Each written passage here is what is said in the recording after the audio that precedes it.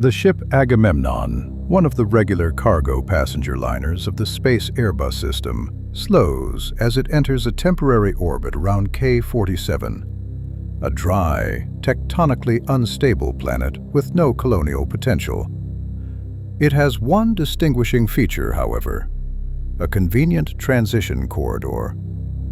This is where shuttles from distant stations dock with ships bound for Earth. The Agamemnon's route passes through several peripheral colonies, collecting cargo and passengers. The crew is minimal: navigation, technical maintenance, basic control. Everything strictly by protocol. Captain Irving sits on the bridge, propping his pale, already graying head on his hand. For a moment he glances through the viewport. Below hangs the dusty, lifeless K-47, dimly lit by its local sun. The bridge is cool, 70 degrees, just how he likes it. A faint trace of expensive cologne clings to his uniform jacket. He turns to the holographic panel. The files of 5 potential passengers are already loaded. The shuttle has lifted off the surface, arrival in 15 minutes. The checks will have to be quick.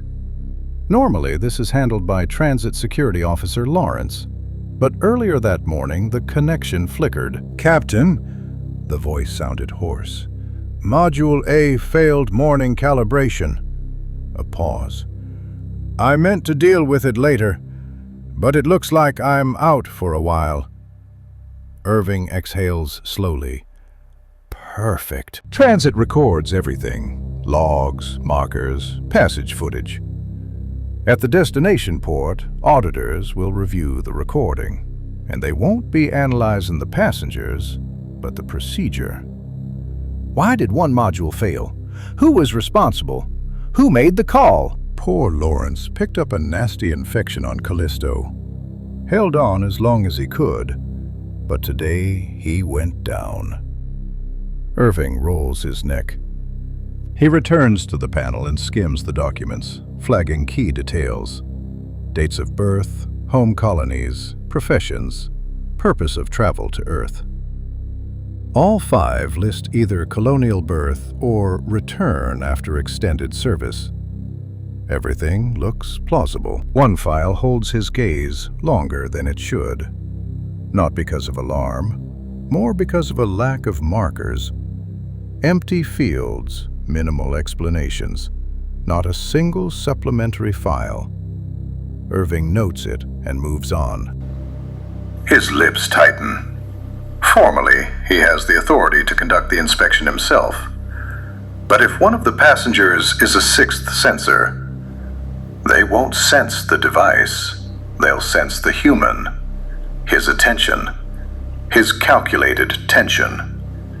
The very fact of directed choice.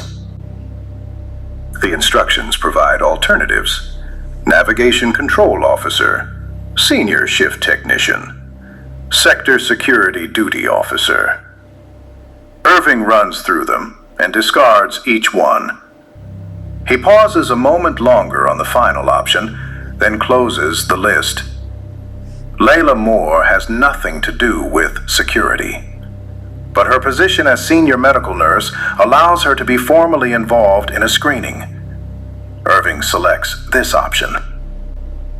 Their understanding of duty differs.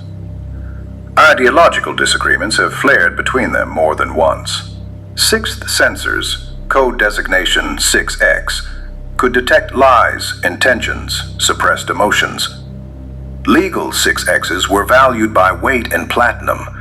Psychiatry, neurodiagnostics, corporate analytics. But admission to Earth required sponsorship, insurance coverage, and continuous monitoring. Illegal 6Xs are outside the law. Not because they commit crimes. Usually they don't. The danger lies elsewhere. Around them, people begin to behave differently. Decisions drift, doubts linger. Sharp moves are postponed until later. The system seems unchanged, but it loses the ability to feel the moment when it must stop. Irving has seen how exceptions end. 5 years ago, on another flight. He was first officer then, but the decision was his. Clean documents, smoothed reactions, no deviations. The sixth censor did nothing illegal. He simply applied for a job in a municipal analytics center. Within months, the center was dismantled. Then came suicides, accidents, disappearances. One case was never closed. The report read, "Systemic emotional shift."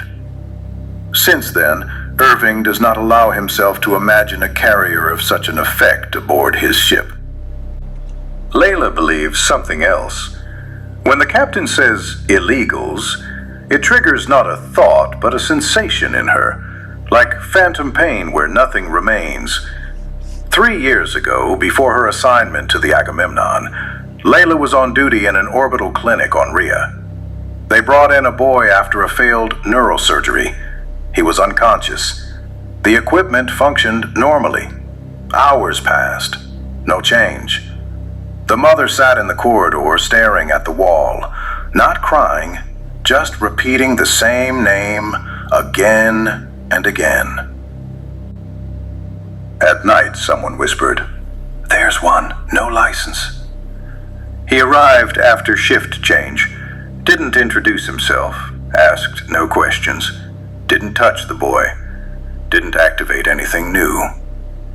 Layla stood by the monitor and saw the readings tremble, just slightly, and then stabilize, as if someone had gently smoothed out crumpled fabric. By morning, the boy opened his eyes. A few days later, he began to speak. The file later recorded spontaneous remission. No name appeared next to it. Since then, when Layla hears the word illegal, she doesn't think about protocols. "Layla," the captain clasps his fingers. "You'll conduct the initial screening of the passengers. Say it's a standard check, no questions." She doesn't answer immediately. "You know Lawrence is ill," Irving adds. "I know." Layla taps her fingers on the table. "But why me, Captain?" Irving silently hands her the tablet. Layla scans the text. "In the event of temporary unavailability of the transit security officer." This is an expanded medical protocol. She looks up at him. "Yes?" "It's not for behavioral conclusions." "I'm not asking for conclusions." He sets the tablet face down. "Just observation." He pauses. "And one more thing. This is outside protocol." Irving aligns the tablet neatly on the desk. "I need the perspective of someone who doesn't look for a threat where there may be none." His gaze turns colder. "Clear?" "Yes, Captain." Layla nods, rises, and turns toward the exit. "Wait," he adds. "One diagnostic module is malfunctioning, Module B, but you don't mention it. Let them choose which one to enter. You observe, then report to me. Understood?" Her eyebrows lift, shoulders tense slightly. Then Layla steadies herself. Earth should not be a castle with a moat. It should be a garden with open gates. 15 minutes later, the shuttle docks. 5 passengers enter the reception zone one by one. The door opens soundlessly. The air inside is colder than in the residential corridors. It smells sterile. Layla stands off to the side of the passage, not between the doors. The tablet rests in her hands, screen dark. She watches the entrance, not the modules. The first passenger passes quickly, glances ahead, steps forward almost immediately. The door closes. The second doesn't hesitate for even a second. The third, Evan Helms, stops, looks at both doors, then at the floor, as if recalling something unrelated. His shoulders drop slightly. He looks at Layla with a distracted gaze. "You may enter either one," Layla smiles politely. Helms nods and goes into Module B, more out of inertia, like someone who doesn't care where he goes as long as he's left alone. The fourth immediately chooses A and walks toward it without breaking stride. The fifth, Mr. Caleb Rowe, thin, somewhat rigid, with an inward-focused gaze, stops in the hall, slows even before the door line. His fingers clench for a moment, then relax. He looks not at the entrances, but at Layla. The space beside him feels denser, not warmer, quieter, as if sound lingers for a fraction of a second.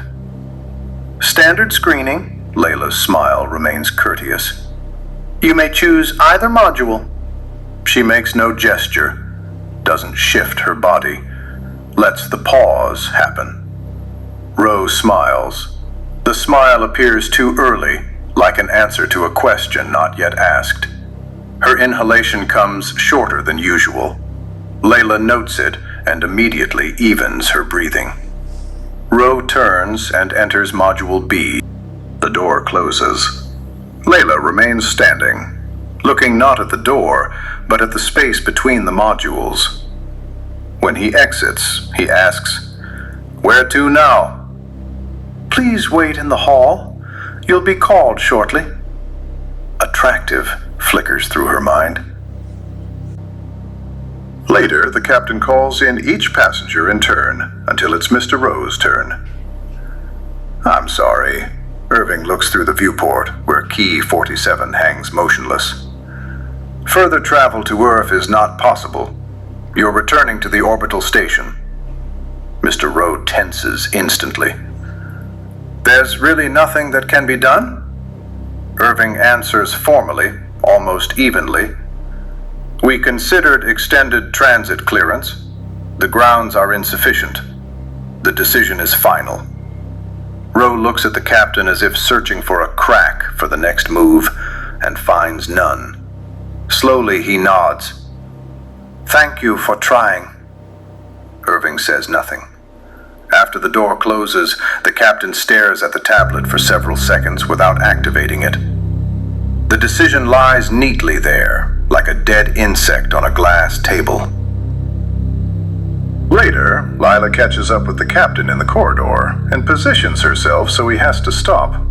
"Captain, you gave me the role of observer and used it differently." Irving tilts his head and furrows his brow. "Two people passed through the malfunctioning module," she almost exhales. "But you sent back only one." The captain doesn't move, only nods. "So it wasn't about procedure." She jerks her neck sharply. "And not about the faulty module. Then why?" He turns his head toward her, but doesn't answer at once. Module B is operational. It identified Rowe as a sixth sensor. Helms is not. Layla freezes. "But," she shakes her head, "then that means everyone else passed through the faulty module. And if one of them could have been a sixth sensor..." "They couldn't," the captain cuts in. She looks at him directly. "Why?" "Because you believed B was faulty," he says. "And a sixth sensor will never enter a working module if they're sure they're being screened." Layla exhales slowly. "So you used my lack of knowledge?" "I used an asymmetry of information," he corrects. Silence stretches for several seconds. "So I was part of the filter." "You were part of the choice," he says. "That's not the same thing." Layla turns away. "One day this method will stop working." "One day," Irving agrees, "but not today." He pauses for a moment. "We're not perfect. We do what we can, and we answer for it."